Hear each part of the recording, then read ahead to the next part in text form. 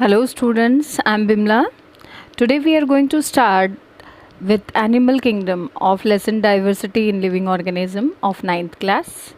So before we start dealing with the different groups of the animals, let's discuss the basis of classification. Now, first basis of classification of the living organism is level of organization. That means if the organism is made up of cell, tissue, organs or organ system.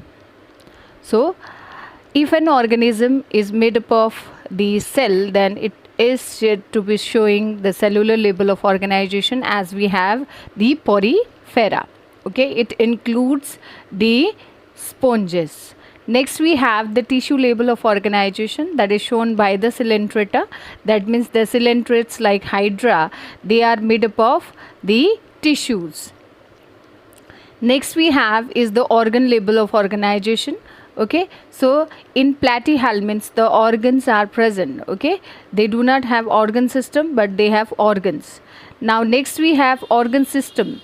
Now organ system level of organization shows organ systems. Okay, that means the different organs, they work in integration with each other and they coordinate with each other. So from nematoda, okay, to chordates, there is presence of the organ system level of organization. So in under this organ system level of organization, we have two type of circulatory system. One is open circulatory system that we find in arthropods. Okay, open circulatory system means the heart pumps the blood, but the blood is pumped in the coelom or the body cavity. Okay, but in case of closed circulatory system, which is shown by annelids and other higher animals, what happened, the blood is pumped by the heart into the blood vessels. As we have arteries and veins, the blood is pumped into the blood vessels. So the annelids like the earthworm, they show the closed circulatory system. Now next we have is the symmetry. Now symmetry basically means if the body of the organism can be divided into two equal halves from any plane or not.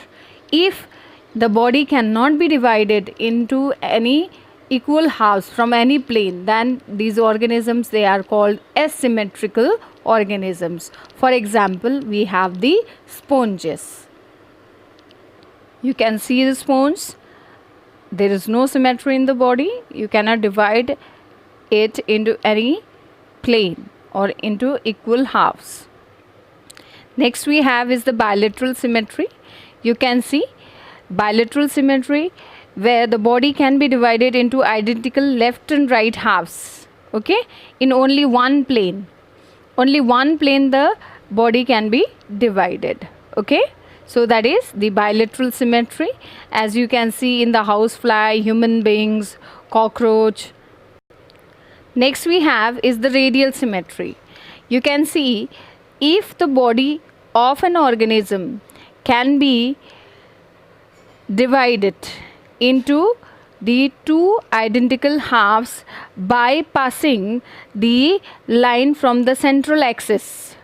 Okay, when any plane passing through the central axis of the body divide the organism into two identical halves, then we say that this organism shows the radial symmetry. Very easily understandable radial symmetry you can find in the echinoderms, that is the starfish.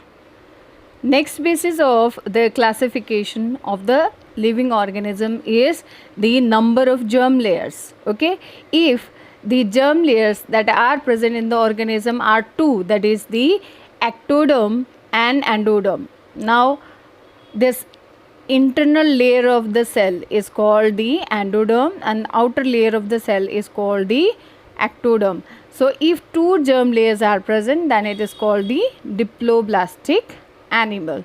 It is found in the coelenterates. Okay, now next we have is the triploblastic organisms. So these triploblastic organisms, they have ectoderm, then middle mesoderm and inner endoderm.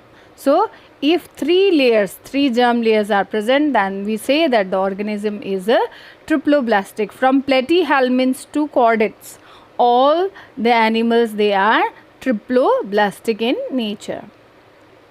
Now another basis of classification is coelom. Coelom is basically called the body cavity which is lined by the mesoderm. Okay, as we discussed, that is the middle layer, and if the cavity of the body of an organism is lined by the mesoderm, okay, two layers of mesoderms are there, and in between there is a cavity, there is a space, and this particular space is called the coelom or body cavity. Okay, now if the body cavity is absent, the organism which do not have body cavity, they are called acoelomate. In them, for example, platyhelminths, as we discussed, platyhelminth is triploblastic. Okay, so here three layers are present. Okay, inner endoderm, okay, inner in endoderm, okay, then mesoderm, and then there is ectoderm. So three layers are present, but there is no body cavity, so it is known as the acoelomate, that means without coelom. So platyhelminth is an example of acoelomate organism. Next we move to the pseudocoelom. Now you can see there is endoderm and there is ectoderm. Okay, and in between there are patches of the mesoderm. Okay, there is no regular mesodermal layer. So this mesodermal layer is scattered in the patches. Such coelom which is present in the body of the organism is called pseudocoelom or false coelom. So this pseudocoelom you will find in the nematodes, okay, or aschelmids. Next we move to the coelomate. Now you can see here there is endoderm, then mesoderm, two layers of mesoderm, in between there is cavity, that is coelom, and then outside is the ectoderm. So here there is presence of the coelomic cavity. So such an organism which have the coelom, they are called coelomate. Okay, from Annelida onwards, there is presence of the coelom. Okay, true coelom is present. Now next criteria of the classification or categorization of the organism is segmentation. If you see the body of earthworm, you see the circular or margins, or the you can see the segment like structures, or you have the septum like structures you can observe on the body of the earthworm. So here this segmentation which are exhibited by the organisms, they also form a basis for the classification.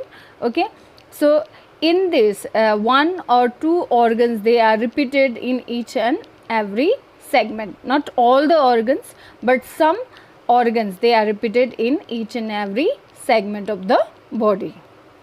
Now next is presence of the notochord. So notochord, it is a rod like structure which is present in the living organisms. So some of the living organisms, they have the rod like structures, and those organisms which have this, they are included in chordates, okay, or notochord they are known as the chordata. Okay, and if this notochord, they get modified into the vertebral column, as you see at your back, you have backbone.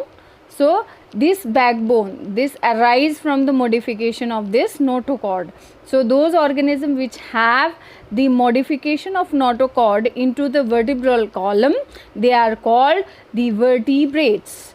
Now based on the presence of this notochord and absence of notochord, there is a broad category, that is the chordates and non-chordates. All the living organisms, all the animals which are without notochord, they are called non-chordates, and which have notochord, they are called the chordates.